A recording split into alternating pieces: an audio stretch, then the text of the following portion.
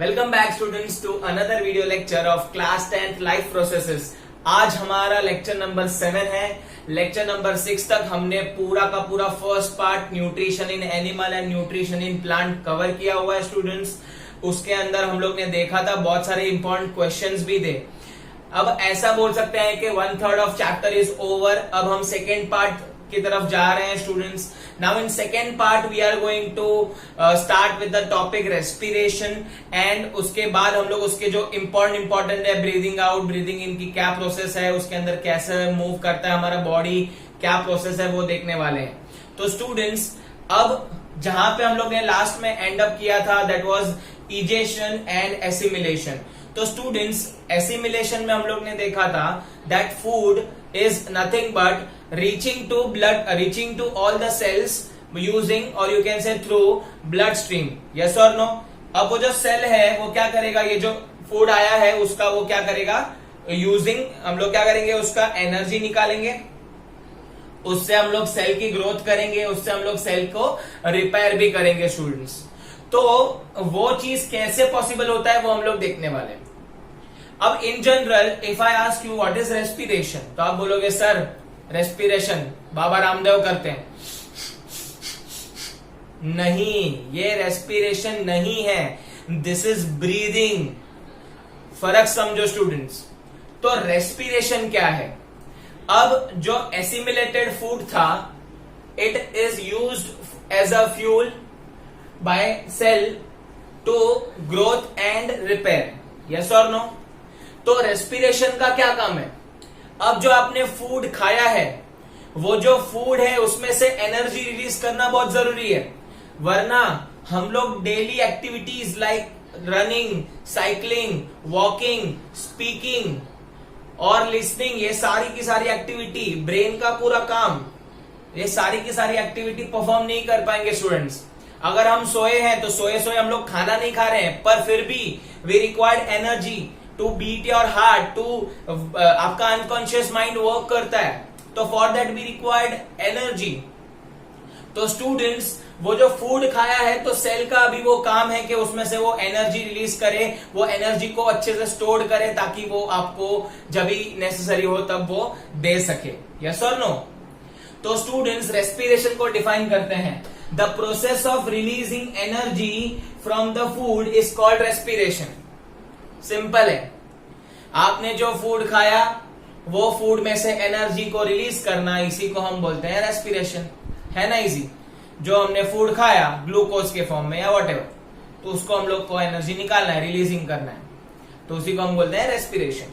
अब स्टूडेंट्स अगर आपको if you want to go more precise तो हम लोग ये एड ऑन भी कर सकते हैं, along with that waste material like CO2 and water is thrown out of the body.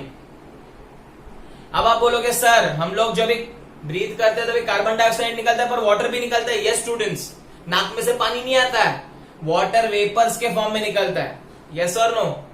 तो ये वाटर वेपर्स के फॉर्म में हम लोग का जो वेस्ट मटेरियल है वो निकल जाता है। तो स्टूडेंट्स हम लोग रेस्पिरेशन को ऐसे डिफाइन करेंगे, the process of releasing energy from the food inside the cell along with waste material like carbon dioxide and water is thrown out of the body. अभी जो सारा का सारा प्रोसेस है वो कहां होगा स्टूडेंट्स, ये सारा का सारा प्रोसेस होगा इनसाइड द सेल, ये सेल के अंदर होगा। वहां पे मैंने डायग्राम भी बताया हुआ है, ये आपका सेल है। एग्जांपल, फूड आया ब्लड स्ट्रीम से एकदम मस्त एब्जॉर्ब वगैरह सब होके, अब आपने जब ब्रीदिंग किया तो क्या होगा, ऑक्सीजन भी अंदर आएगा, आप ब्रीदिंग करते हो तो ऑक्सीजन आता है। अभी जो फूड है और ये ऑक्सीजन है, ये ऑक्सीजन ब्लड स्ट्रीम में होके सेल तक जाएगा, लंग्स वगैरह से होके, सब प्रोसेस है वो भी हम सीखने वाले हैं। जैसे ही यहाँ पे फूड और ऑक्सीजन हुआ तो फूड के साथ ऑक्सीजन मिक्स हो गया, इसी को हम बोलते हैं ऑक्सीडेशन। प्रीवियस वीडियो में हम लोग ने खाली देखा था ऑक्सीडेशन क्या होता है, बट ये ऑक्सीडेशन का मीनिंग आपको आज समझाऊंगा। तो फूड के साथ ऑक्सीजन का मिक्स होना, एडिंग ऑफ ऑक्सीजन, उसी को हम क्या बोलते हैं, ऑक्सीडेशन। अब जब भी ऐसा होता है तब क्या होता है, सेल में से एनर्जी रिलीज होती है और उसके साथ साथ बाय प्रोडक्ट भी आते हैं CO2 एंड H2O। CO2 तो बाहर फेंकना जरूरी है because it is very very harmful for your body. अगर CO2 असिमिलेट हो गया, बॉडी में एक्यूमुलेट हो गया तो यू मे डाई। तो CO2 बाय प्रोडक्ट है और वाटर वेपर्स के फॉर्म में बाहर जाता है, एज वेल एज एनर्जी है वो रिलीज होती है। अब आप बोलोगे सर सेल के अंदर ऐसा कोई मशीन है क्या जो ऐसा एनर्जी रिलीज करता है? नहीं, इसके अंदर बहुत सारे सेल ऑर्गेनल्स है जो हम लोग 9th स्टैंडर्ड में पढ़ चुके हैं, जैसे कि माइटोकॉन्ड्रिया का नाम आपने सुना रहेगा, एटीपी सुना रहेगा। Mitochondria is the energy currency of a cell, छोटे से बचपन से सिखाते आ रहे हैं, यस और नो? तो इसके अंदर बहुत सारे सेल ऑर्गेनल है जो काम पे लगेंगे, उसका हम लोग एकदम प्रॉपर कैसे वर्किंग है वो देखने वाले हैं। जितना 10th स्टैंडर्ड के लिए नेसेसरी है उतना मैं सब बता दूंगा, राइट? देन हम लोग इसके बाद हम लोग करने वाले हैं रेस्पिरेशन और ब्रीदिंग की comparison, which is more important, because बहुत सारे लोगों को कंफ्यूजन है कि रेस्पिरेशन ही ब्रीदिंग होती है। No, it is very different. Respiration is chemical process, breathing is physical process, ठीक है? तो वो पूरा डिफरेंशिएशन मैं आपके सामने लेके आता हूं। Let us start with respiration and breathing का डिफरेंस देख लेते हैं स्टूडेंट्स। फर्स्ट ऑब्वियस है, हम लोग डिफाइन करेंगे। सो रेस्पिरेशन का ऑलरेडी मैं डेफिनेशन बता चुका हूं। The process of releasing energy from the food is known as respiration. उसको आपको कंटिन्यू करना है तो आप आगे लिख सकते हो along with waste material like CO2 and water is thrown out of the body. Breathing क्या होता है? ब्रीदिंग जो बाबा रामदेव करते हैं, inhalation and exhalation. Inhalation of oxygen and exhalation of carbon dioxide from the body. Inhalation मतलब अंदर लेना, exhalation मतलब बाहर फेंकना। तो स्टूडेंट्स ये था पहला differentiation between respiration and breathing, definition था। सेकेंड देखते हैं, रेस्पिरेशन इज बायोकेमिकल प्रोसेस। अब आप बोलोगे सर बायोकेमिकल प्रोसेस क्यों? क्योंकि यहाँ पे जो सेल के अंदर बहुत सारे ऑर्गेनल्स हैं, वहां पे एंजाइम्स, केमिकल्स जुड़े हुए हैं टू रिलीज एनर्जी, इसके लिए हम इसको बायोकेमिकल प्रोसेस बोलते हैं। Whereas breathing is physical process. Physical process आपका लंग्स इन्वॉल्व है, वहां पे डायफ्राम इन्वॉल्व है, नोज इन्वॉल्व है। तो breathing is what? Physical process. Physically हम लोग को पता चल रहा है कोई ब्रीथ कर रहा है क्या, नहीं कर रहा है। Third is it involves mitochondria of the cell. जो माइटोकॉन्ड्रिया है इंपॉर्टेंट सेल ऑर्गेनल है, it is energy currency of a cell, हम 9th स्टैंडर्ड में सीख चुके हैं। तो रेस्पिरेशन जो है वो उसका एक इंपॉर्टेंट पार्ट है माइटोकॉन्ड्रिया, वहां पे अकर होता है। ब्रीदिंग कहाँ? ब्रीदिंग के लिए क्या क्या इन्वॉल्व रहता है? लंग्स इन्वॉल्व रहता है, नोज इन्वॉल्व रहता है, आपका डायफ्राम इन्वॉल्व रहता है, तो आप लिख सकते हो। Now next differentiation point is respiration. Respiration slow process है, whereas breathing is rapid process. Obvious है रेस्पिरेशन स्लो प्रोसेस है, क्यों? क्योंकि हम लोग ने देखा है कि अगर आप कोई खाना खाते हो तो उसमें से एनर्जी रिलीज करने के लिए कम से कम 3 to 5 आवर्स लगते हैं, और आप देखते हो जब भी आप सो जाते हो तभी भी उसमें कंटिन्यूअस रेस्पिरेशन की प्रोसेस चलती रहती है टू रिलीज एनर्जी, जो आपने खाया है, फूड इंटेक किया है उससे। Whether breathing is rapid process, breathing पूरा लाइफ टाइम चलता रहता है। जब भी आप बचपन में थे छोटे, तभी से लेके आप मरोगे, जाओगे, अल्लाह को प्यारे हो जाओगे, तब तक रेस्पिरेशन चलता रहेगा, और ये रैपिड प्रोसेस रहेगा। रैपिड मीन्स जैसे इनहेलेशन एक्सहेलेशन कंटिन्यूअस चलते रहेगा। The last point is respiration, energy is release. सबसे इंपॉर्टेंट पॉइंट, अगर आप रेस्पिरेशन करते हो तो फूड का जो ब्रेकडाउन होगा उसमें से हम एनर्जी रिलीज करेंगे। अगर रेस्पिरेशन नहीं होगा तो लाइफ फॉर्म्स एग्जिस्ट नहीं करेंगे। बहुत सारे ऑर्गेनिजम्स विदाउट रेस्पिरेशन नहीं जी सकते हैं, आपको रेस्पिरेशन करना जरूरी है। ब्रीदिंग के टाइम कोई भी एनर्जी रिलीज नहीं होती है, सिर्फ सिंपल प्रोसेस है, inhalation of oxygen and exhalation of carbon dioxide. इसके अंदर सिर्फ और सिर्फ यही काम होता है कि जो ऑक्सीजन है from nasal cavity to lungs, और लंग्स से फिल्टर होके कहां पहुंचाना है? पूरे ब्लड स्ट्रीम में, और ब्लड स्ट्रीम में से कहां जाएगा? वो सेल के अंदर। तो उसका मेन काम यही है कि ऑक्सीजन को पहुंचाओ ताकि फूड और ऑक्सीजन मिक्स होके क्या परफॉर्म कर सके? रेस्पिरेशन। तो ब्रीदिंग और respiration they are interconnected for sure. Breathing नहीं करोगे तो रेस्पिरेशन नहीं होगा, और रेस्पिरेशन नहीं होगा तो एनर्जी मॉलिक्यूल्स रिलीज नहीं होगा, and you will unable to do your life processes, right? तो ऑब्वियस है कि ब्रीदिंग जो है वो रिलेटेड है, या हम लोग बोल सकते हैं ब्रीदिंग के बिना रेस्पिरेशन नॉट पॉसिबल। अब जो कार्बन डाइऑक्साइड है, वेस्ट प्रोडक्ट रेस्पिरेशन से आया है, वो भी आपके बॉडी में एक्यूमुलेट नहीं होना चाहिए। तो obviously breathing will help in that. वो क्या करेगा? From blood stream to lungs आएगा कार्बन डाइऑक्साइड, लंग्स से आपके नोजल कैविटी के थ्रू बाहर आ जाएगा। तो आई होप आपको ये पांचों पॉइंट समझे हैं। This is very very important question. पहले तो आप डेफिनेशन लिख दो, फिर ये फिजिकल प्रोसेस है, एक बायोकेमिकल प्रोसेस है वो लिख सकते हो, एक स्लो प्रोसेस है और एक रैपिड प्रोसेस है वो लिख सकते हो। फिर कौन कौन इन्वॉल्व है सेल ऑर्गेनल्स, तो माइटोकॉन्ड्रिया इन्वॉल्व है रेस्पिरेशन में, और ब्रीदिंग में आपका नोज, लंग्स सब इन्वॉल्व है। देन नेक्स्ट आप फिफ्थ पॉइंट ये लिख सकते हो कि आपका जो रेस्पिरेशन है उसके अंदर एनर्जी रिलीज होती है और ब्रीदिंग में कोई भी एनर्जी रिलीज होती नहीं है। तो I hope this question is clear. तो स्टूडेंट्स, हम लोग ने रेस्पिरेशन और ब्रीदिंग का डिफरेंशिएशन देखा। अब हम वापस रेस्पिरेशन पे आएंगे। रेस्पिरेशन पे ऐसा क्या प्रोसेस हो रहा है कि कैसे एनर्जी रिलीज होती है और वो एनर्जी कैसे यूटिलाइज होती है बाय द बॉडी, वो देखने वाले। अब स्टूडेंट्स एक बात समझ लेना, आप जो भी फूड खाते हैं जरूरी नहीं है कि तभी के तभी उसमें से एनर्जी निकले और तभी के तभी आप यूटिलाइज कर लो, बिकॉज हमारी जो बॉडी है that does not required every time. आप 24 घंटा वॉक नहीं कर सकते, आप 24 घंटा बोल नहीं सकते, आप 24 घंटा सारी की सारी एनर्जी यूटिलाइज नहीं कर सकते, right. You will achieve a state where you don't required any energy. पर आपने तो खाना खाया है, राइट, या कोई भी इमरजेंसी के वक्त भी एनर्जी मुझे लग सकती है, तो वो एनर्जी को स्टोर करने के लिए कुछ तो मैकेनिज्म चाहिए। फॉर एग्जाम्पल, आपने या आपके डैड ने या आप कभी भी जाके पैसे कमाओगे, तो अगर आपने पैसे कमाए हैं तो तुरंत वही दिन पे पैसे उड़ाना जरूरी नहीं है, राइट। आप सारे के सारे पैसे कभी खत्म नहीं कर दोगे, आप क्या करोगे, उसको बैंक में जाके स्टोर कर दोगे, राइट। तो वैसे ही हमारे बॉडी को जब भी एनर्जी की नीड होती है तो वो जो स्टोरेज है उससे वो एनर्जी लेती है और जब भी आपको रिक्वायर्ड हो बॉडी को तभी उसमें से यूटिलाइजेशन होता है। जरूरी नहीं है कि तुरंत हो जाए। अब वो जो स्टोरिंग मैकेनिज्म है वो हम लोग देखने वाले हैं, तो स्टार्ट करते हैं। Energy produce during respiration is stored in the form of ATP molecule. अब स्टूडेंट्स, आपने पढ़ा था 9th क्लास में कि एक सेल का ऑर्गेनल होता है माइटोकॉन्ड्रिया। अब वो माइटोकॉन्ड्रिया जो है it is like a bank, वो आपकी बैंक है। उसके अंदर जो एनर्जी करेंसी है एटीपी, वो आपकी करेंसी पैसा इज नथिंग बट एटीपी। अब कुछ लोगों को एटीपी का फुल फॉर्म पता होगा, that is adenosine triphosphate. Adenosine triphosphate, try means 3, ठीक है। अब ये जो एटीपी मॉलिक्यूल स्टोर्ड होगा वो हमको whenever our body requires energy, वो हमको क्या देगा, वो एनर्जी देगा, हम उसको यूटिलाइज करेंगे। जैसे हमको जब भी नीड है तभी हम क्या करेंगे, बैंक से पैसे लेंगे और यूटिलाइज करेंगे। अब एक्चुअल प्रोसेस क्या होता है students, let us see that. अब हमारे जो बॉडी के सेल हैं उसके अंदर ये 3 टाइप के मॉलिक्यूल्स पाए जाते हैं स्टूडेंट्स, मॉलिक्यूल्स, ठीक है। मॉलिक्यूल्स है बहुत सारे केमिकल्स प्रोसेस से बने होते हैं, बहुत सारी लॉन्ग लॉन्ग चेन से बने होते हैं। तो उसमें हम लोग पहले उसको इंट्रोड्यूस करते हैं, फिर आपको मैं ये साइकिल समझाता हूं कि उसमें एग्जैक्टली होता क्या है। बहुत इंपॉर्टेंट टॉपिक है, आप समझने की कोशिश करो। एडीपी, अब ये एडीपी मॉलिक्यूल हमारे बॉडी में प्रेजेंट रहता है, हमारे सेल के अंदर प्रेजेंट रहता है। इसमें एनर्जी कम रहती है, इसमें एनर्जी नहीं रहती है, या तो ऐसा भी बोल सकते हो student, there is low content of energy, इसमें एनर्जी नहीं होती है। तो ये जो मॉलिक्यूल है एडिनोसिन डाइफॉस्फेट, डाई मीन्स 2, तो इसके पास 2 मॉलिक्यूल ऑफ फॉस्फेट है, ठीक है।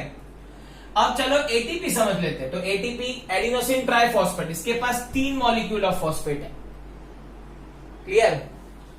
अब फॉस्फेट क्या होता है, तो फॉस्फेट है वो इनऑर्गेनिक फॉस्फेट बोला जाता है, उसको हम लोग पी ऑफ आई से रिप्रेजेंट करते हैं। आई स्टैंड्स फॉर इनऑर्गेनिक फॉस्फेट। अब ये जो फॉस्फेट रहता है it is also a chain of oxygen and phosphorus, वो बॉन्ड रहता है, एक केमिकल रहता है अगेन, ठीक है। अब ये जो तीनों चीज है हमारे सेल के अंदर पाई जाती है माइटोकॉन्ड्रिया के अंदर। अब मैं आपको एक एग्जांपल समझाता हूं, ये एडीपी है, तो सपोज ये एडीपी का मॉलिक्यूल है, इसके पास 2 इनऑर्गेनिक फॉस्फेट होंगे, पी ऑफ आई, ठीक है। ये सपोज एडीपी मॉलिक्यूल है, एक्चुअली बहुत बड़ा केमिकल होता है, वो लॉन्ग चेन होती है, उसको मैं वो हायर स्टैंडर्ड में हमको समझना है, खाली आप याद रख लेना कि ये एडीपी का मॉलिक्यूल है। और हमारा जो एटीपी हीरो है वो करेंसी है, पैसा, उसके पास 3 मॉलिक्यूल ऑफ फॉस्फेट रहता है हमेशा। तो आप देख सकते हो इन दोनों में एक फॉस्फेट का अंतर है या एक फॉस्फेट का डिफरेंस है। तो हमारी बॉडी में एग्जैक्टली क्या होता है सुनो, अब जो एडीपी मॉलिक्यूल है उनके पास तो लो एनर्जी कंटेंट है, अब उसको हाई एनर्जी कंटेंट बनाने के लिए क्या करना पड़ता है, उसको एक फॉस्फेट देना पड़ता है, उसको फॉस्फेट जाके चिपकना चाहिए। अगर जैसे ही वो फॉस्फेट को चिपक जाता है वो एटीपी मॉलिक्यूल में कन्वर्ट हो जाता है, बिकॉज आप देख सकते हो स्टूडेंट्स, यहां पे अगर मैंने एक फॉस्फेट ग्रुप ला दिया तो क्या बन जाएगा, एडिनोसिन ट्राइफॉस्फेट, 3 फॉस्फेट वाला मॉलिक्यूल। अब जब तक वो 3 फॉस्फेट वाला मॉलिक्यूल नहीं बनेगा तब तक एनर्जी रिलीज होगा नहीं। तो स्टूडेंट्स होता क्या है कि जो ये एडीपी है उसको एक फॉस्फेट का नीड है।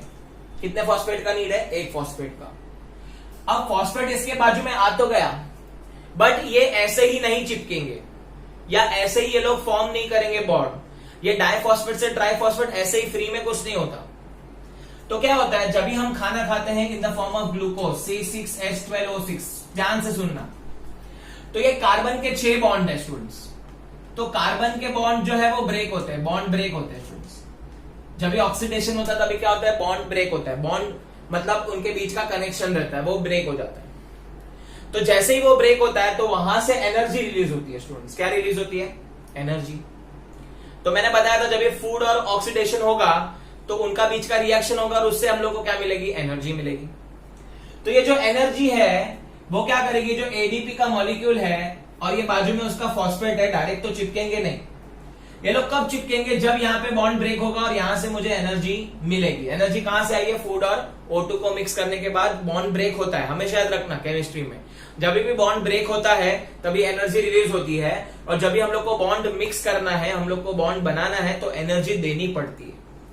तो यहां पे क्या होगा, जो एडीपी मॉलिक्यूल होगा एडिनोसिन डाइफॉस्फेट, उसको एक फॉस्फेट की जरूरत है। वो बोलेगा जोइए छे, मांगू चू, बद्दू जोइए छे, तो एक फॉस्फेट मॉलिक्यूल वो ले लेगा। पर अवेलेबल है, बट उसको ज्वाइन करने के लिए उसको एनर्जी चाहिए। वो कहां से मिलेगी आपको? ग्लूकोज के ब्रेकडाउन से। और ग्लूकोज का ब्रेकडाउन कब होगा? जब वो ऑक्सीडेशन होगा तब। जब आप ब्रीदिंग करोगे तो फूड है, ऑक्सीजन है, तो ब्रेकडाउन होके एनर्जी रिलीज करेगा। तो जैसे ही यहाँ पे एडीपी और जो फॉस्फेट मॉलिक्यूल है वो ज्वाइंट होंगे, then it will be converting into ATP molecule. Students क्या हो जाएगा इसके अंदर? ATP, adenosine triphosphate. आप देखो ना, यहां से एक फॉस्फेट ज्वाइन हो गया। क्लियर? अब ये जो एटीपी मॉलिक्यूल बना है यही तो हमारी एनर्जी करेंसी है, राइट? अब आप इसको ऐसे भी इमेजिन कर सकते हो कि आरबीआई के पास, आरबीआई पॉलिसीज पता है आपको, इंडियन गवर्नमेंट की जो बैंक रहती है, वो जो पैसे छापने की मशीन है उनके पास, है ना? एक आध मिल जाए तो मजा आ जाएगा। तो ऐसे आप याद रख सकते हो स्टूडेंट्स की जो एडीपी है, ये एडीपी पैसे छापने की मशीन है। और ये जो फॉस्फेट मॉलिक्यूल है, that phosphate molecule is nothing but permission from the government. तो जैसे ही यहाँ पे परमिशन मिलेगी गवर्नमेंट को, जैसे ही यहाँ पे एनर्जी रिलीज होगी, तो क्या होगा, ये पैसे छापने की मशीन काम करने लगेगी और वो पैसा छापेगी in the form of ATP. मैंने थोड़ा सा क्लियर करके बताया हुआ, आप समझने की कोशिश करो। परमिशन अवेलेबल होगी, एनर्जी मिलेगी और एडीपी मॉलिक्यूल मशीन ऑलरेडी है, तब जाके पैसा छपेगा। तो एटीपी की मॉलिक्यूल में एनर्जी स्टोर रहेगी, राइट? अभी तो मैं फिलहाल बोल रहा हूं, तो मेरे पास जो एनर्जी पहले से स्टोर थी एटीपी में, वो अभी कन्वर्ट हो रही है, राइट? अब ये जो एटीपी मॉलिक्यूल स्टोर हो गया, अभी आप समझ गए, चलो ठीक है, एनर्जी स्टोर हो गया। अब मेरे को पैसा चाहिए तो क्या करूं? तो तेरे को क्या करना पड़ेगा? बैंक के पास जाना पड़ेगा। तो this ATP molecule, if you want energy, अगर आपको इमरजेंसी लगी, आपके पीछे कुत्ता पड़ा या आपके पीछे कोई चोर पड़ा या आपको किडनैप कर दिया किसी ने, कोई नहीं करेगा वैसे तो एटीपी मॉलिक्यूल क्या करेगा? आपको एनर्जी देगा। इसमें से लॉट्स ऑफ एनर्जी रिलीज होगी, और जैसे ही एनर्जी रिलीज होगी, तो मैंने बोला था स्टूडेंट, जब भी एनर्जी रिलीज होती है इसका मतलब बॉन्ड टूटा है, तो ये एटीपी मॉलिक्यूल वापस जो है वो एडीपी में कन्वर्ट हो जाएगा। वो ट्राइफॉस्फेट नहीं रहेगा, वो डाइफॉस्फेट हो जाएगा, और एक फॉस्फेट जो था वो अलग हो जाएगा, और बॉन्ड टूटेगा तो एनर्जी मिलेगी। तो आई होप ये पूरा प्रोसेस क्लियर है। एक बार फिर से एक शॉर्ट में आपको समझा देता हूं। हमारे बॉडी में 3 तरीके के मॉलिक्यूल प्रेजेंट है सेल के अंदर, माइटोकॉन्ड्रिया में ADP, adenosine diphosphate molecules, and ATP molecules, adenosine triphosphate and inorganic phosphate. अब ये जो एडीपी रहता है उसमें कोई एनर्जी नहीं होती, या लो कंटेंट ऑफ एनर्जी बोल सकते हैं। एटीपी के पास लॉट्स ऑफ एनर्जी है। एटीपी पैसा है, पैसे के बाद पास बहुत सारा पावर होता है, पैसा अच्छे को हिला देता है। तो एडीपी मॉलिक्यूल क्या करता है? एडीपी मॉलिक्यूल जो है शांति से बैठा रहता है, और फॉस्फेट मॉलिक्यूल भी शांति से बैठा रहता है सेल के अंदर, एकदम आराम करते रहता है। अब जब आप फूड खाते हो तब उसके अंदर क्या होता है, रेस्पिरेशन होता है, जो ग्लूकोज का बॉन्ड है वो ब्रेक होता है। तो स्टूडेंट्स, मैंने बोला था जैसे ही बॉन्ड ब्रेक होता है तो एनर्जी रिलीज होता है। अब वो बेचारे शांति से बैठे थे, एडीपी और फॉस्फेट मॉलिक्यूल, अचानक से एनर्जी आई तो क्या हो जाएंगे, एक दूसरे के साथ जुड़ जाएंगे। जैसे ही जुड़े, नाउ एडिनोसिन डाइफॉस्फेट, 2 फॉस्फेट नहीं है उसके पास, कितने फॉस्फेट है, 3 फॉस्फेट है, तो इसमें कैसे कन्वर्ट हो जाएगा वो एटीपी। अभी जो एटीपी है, it is the actual currency, यही तो मेन चीज है। जब आप सोते हैं तब ये जो मॉलिक्यूल्स हैं, एडीपी जो है वो कंटिन्यूअसली फॉस्फेट मॉलिक्यूल लेके एटीपी में एनर्जी स्टोर करते आएगा सेल के अंदर, राइट, कभी भी जरूरत पड़ सकती है। फिर जो एटीपी मॉलिक्यूल है वो क्या करेगा, एटीपी मॉलिक्यूल स्टोर्ड हो गया, अब क्या करने का, अब सपोज जैसे कि मैं बोल रहा हूं तो एनर्जी यूटिलाइज हो रही है, तो ये एनर्जी कहां से मिल रही है, तो कंटिन्यूअसली मेरे सेल के अंदर एटीपी मॉलिक्यूल जो स्टोर्ड था, मैंने जस्ट खाना खाया तो एटीपी मॉलिक्यूल जो स्टोर्ड था वो अब क्या कर रहा है, मुझे एनर्जी दे रहा है, मुझे बोलने की ताकत दे रहा है। अब वो जो एनर्जी दे रहा है वो क्या कर रहा है, वो जब भी एनर्जी कैसे देगा, वो अपना बॉन्ड को तोड़ देगा, वो फॉस्फेट को भगा डालेगा, और जैसे ही बॉन्ड टूटेगा, एडिनोसिन ट्राइफॉस्फेट से एडिनोसिन डाइफॉस्फेट होगा, तो एक फॉस्फेट अलग हो जाएगा और मुझे एनर्जी मिलेगी, बिकॉज यहाँ पे बॉन्ड टूटा है। तो बॉन्ड टूटता है तो एनर्जी रिलीज होती है, तो ये एनर्जी जो है वो मेरे सेल को मिलती है या मेरे बॉडी ऑर्गन को मिलती है फॉर डिफरेंट लाइफ प्रोसेसेस। अब स्टूडेंट्स, इसी चीज को हम लोग रिएक्शन के फॉर्म में देख लेते हैं। So as I told you, we have got ADP and phosphate molecule in our cell, inorganic phosphate है और adenosine diphosphate भी है। अब हम लोग को क्या करना है, इन दोनों को जोड़ना है, we need to convert them into ATP molecule। तो ATP molecule में कन्वर्ट करना है ताकि एनर्जी स्टोर हो सके। अब इन दोनों को जोड़ने के लिए we require energy, तो वो एनर्जी कहां से आएगी, रेस्पिरेशन से। रेस्पिरेशन में हम लोग ने देखा फूड है वो ऑक्सीडाइज होगा और क्या होगा, उसका एक बॉन्ड जो है वो ब्रेक हो जाएगा। तो जब भी बॉन्ड ब्रेक होगा, ग्लूकोज का बॉन्ड ब्रेक होगा, तो क्या होगा, बहुत सारी एनर्जी रिलीज होगी। अब वो जो एनर्जी है उसका यूज करेंगे हम लोग और एडीपी और फॉस्फेट मॉलिक्यूल को जोड़ देंगे। So we have got high energy molecule that is known as ATP, adenosine triphosphate. अब ये जो एरोबिक रेस्पिरेशन होता है, एरोबिक मीन्स हम आगे देखने वाले हैं, वहां पे 38 एटीपी मॉलिक्यूल्स रिलीज होते हैं एक टाइम पे। अब ये जो एनर्जी करेंसी सेल में स्टोर हो गई है, if I need ATP molecule for बहुत सारे पर्पस है, लाइफ एक्टिविटीज है, प्रोसेस के लिए मुझे चाहिए, तो मैं क्या करूंगा, एटीपी को बोलूंगा ये एटीपी मुझे एनर्जी दे, तो एटीपी बोलेगा ठीक है, तो एटीपी क्या करेगा, वो अपना बॉन्ड ब्रेक कर देगा, वो एडीपी और फॉस्फेट के फॉर्म में आ जाएगा और एनर्जी रिलीज होगा बहुत सारा। तो यहाँ पे हम लोग बोल सकते हैं कि एटीपी जो है ट्राइफॉस्फेट, उसका बॉन्ड ब्रेक होगा and lots of energy will release, and again ATP molecule gets converted into ADP and phosphate molecules। तो हम लोग को यहाँ पे 30.5 किलो जूल की एनर्जी मिलती है, एनर्जी का यूनिट है किलो जूल। अब ये स्टूडेंट्स जो एटीपी स्टोर था वो कौन से काम के लिए यूज होता है, मसल कॉन्ट्रैक्शन, मेरे को कुछ एक्सरसाइज करना है, भागना है, दौड़ना है, चलना है, जो भी करना है उसके लिए मैं क्या करूंगा, यहां से एनर्जी लेते रहूंगा।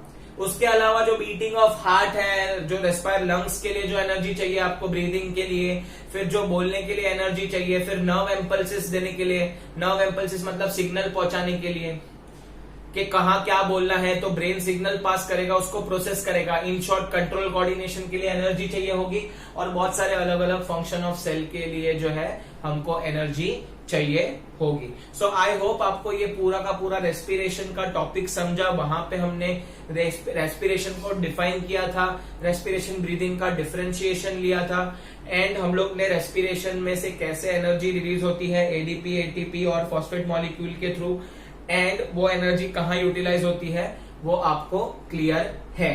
तो आपको भी ये वीडियो अच्छा लगा है तो शेयर कीजिए, लाइक कीजिए, कमेंट कीजिए और सब्सक्राइब कीजिए।